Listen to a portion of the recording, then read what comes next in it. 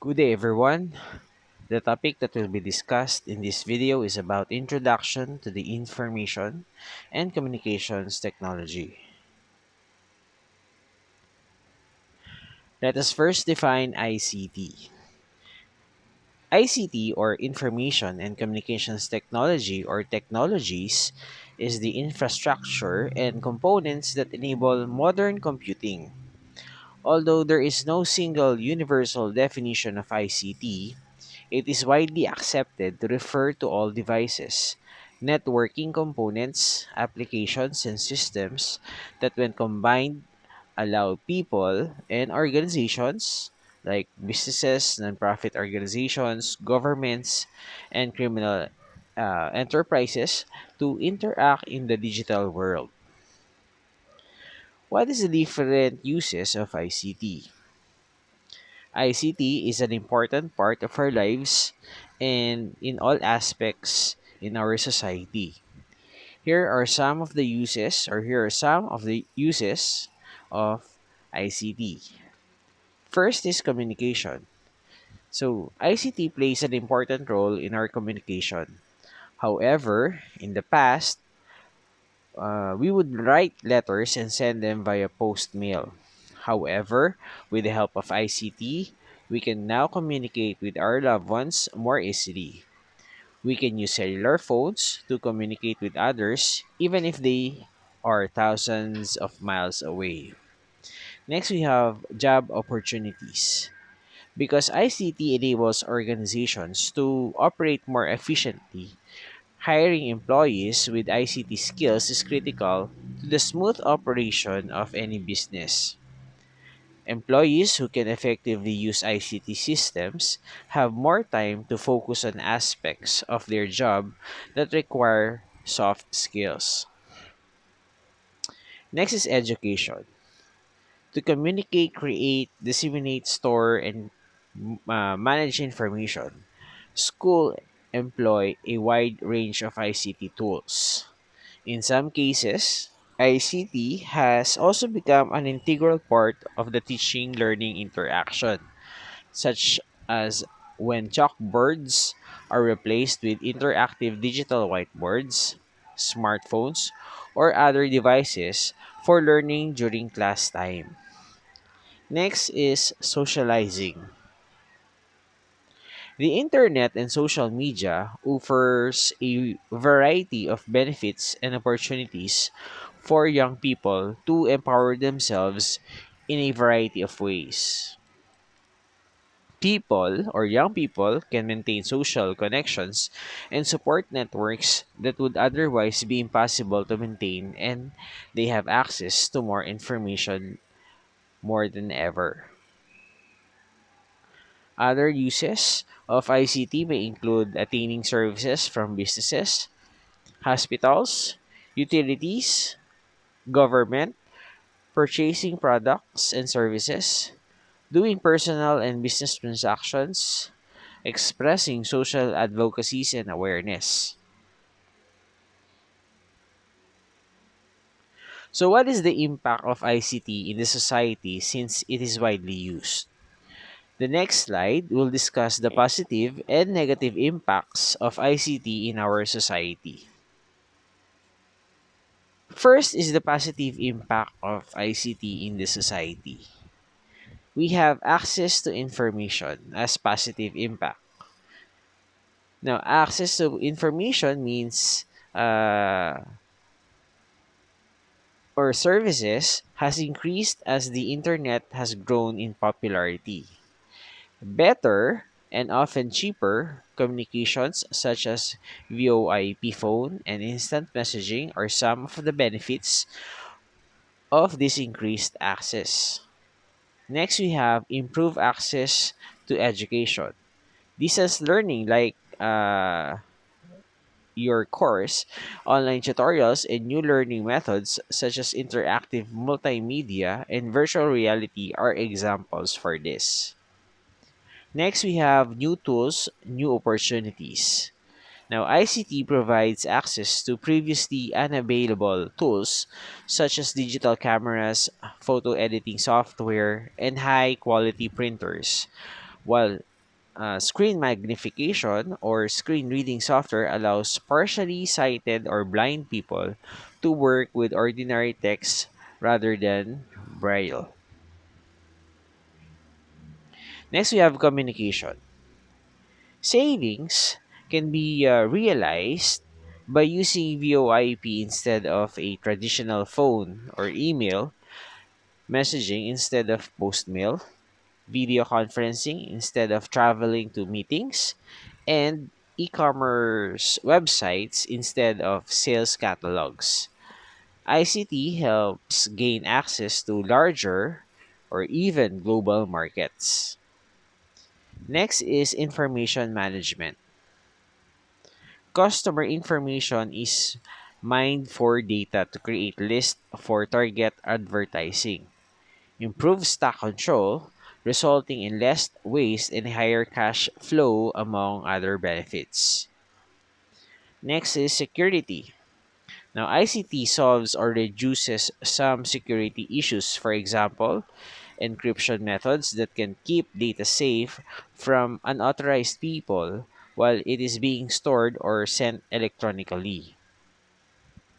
Next, we have ICT enables people to participate in a larger or global society. Another is distance learning. Now, students can gain access to educational materials from all over the world. Next, we have ICT relates or facilitates the ability to perform impossible experiments by using simulations. And lastly, creation of new, more interesting jobs. Let us now discuss the negative impact of ICT in the society. The first negative impact is job loss. Now, because of automation, is replacing manual operations. Okay, for example, robots could replace workers on an assembly line. Another negative impact is reduced personal interaction. Now, most people require some form of social interaction in their daily lives. And if they are unable to meet and converse with others, they may feel isolated and unhappy. Third is reduced physical activity. Now, this can lead to health problems such as obesity, heart disease, and diabetes. Next negative impact is cost. Now, many pieces of ICT hardware and software are expensive to buy and maintain. Running an ICT system usually necessitates the use of specialized personnel, and there is also the challenge of keeping up with ever changing technology. Lastly, we have competition.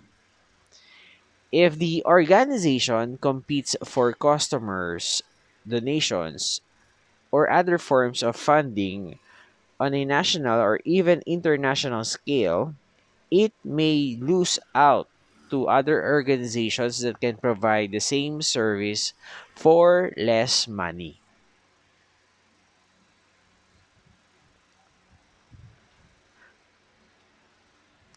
The next topic is the applications of ICT in our daily lives. So we have 20 applications mentioned or will be discussed to you. The first one is business. So business, they enable communication with people both inside and outside the organization by utilizing various technologies such as email. They can be used to promote the company and direct customer allow for direct customer interaction. Next is education. Now, computers can be used to provide audiovisual packages, interactive exercises, and remote learning such as tutoring over the internet to students.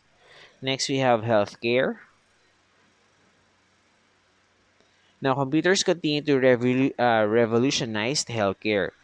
Now, in addition to digitalized medical information, which makes it easier to store and access patients' data, complex information can be analyzed by software to aid in the discovery of diagnosis and the search for disease risk. Next, we have retail and trade. Computers can be used to buy and sell product online, allowing sellers to reach a larger market with lower overheads and buyers to compare prices, read reviews, and select delivery options. Next, we have government. Now, computers are used by various government departments to improve the quality and efficiency of their services.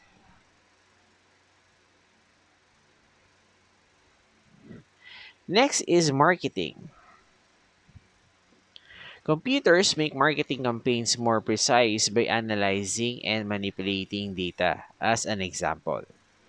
Another is science. Scientists were among the first to use computers as a tool for work.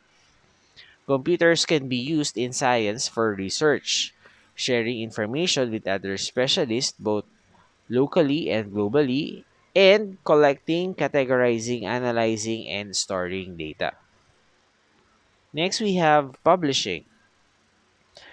Computers can be used to create almost any type of publications, newsletters, marketing materials, fashion magazines, novels, and newspapers are examples of such materials. Next, we have arts and entertainment.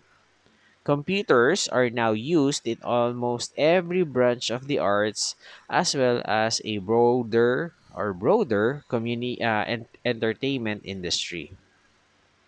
Next, we have communication. Families can communicate through audio and video. Businesses can hold meetings without remote participants, and news organizations can conduct interviews without the use of a film crew, as an example, of course. Next, we have banking and finance. The majority of banking in developed countries is now done online.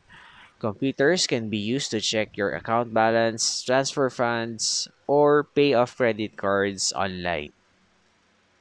Next, we have transport. Automobiles, trains, planes, and boats are becoming increasingly automated, with computer used to maintain safety and navigation system as well as to drive, fly, or even steer. Next, we have navigation. Computers and satellites have made it possible to pinpoint your exact location, know which way you are moving on a map, and have a good idea of amenities and points of interest nearby. Next, we have work from home. Workers can access data, communicate, and share information without having to communicate to a traditional office. Managers can remotely monitor their employees' productivity. Another, we have military. Now, the military makes extensive use of computers for training, data analysis, guided missiles and drones, and a variety of other purposes.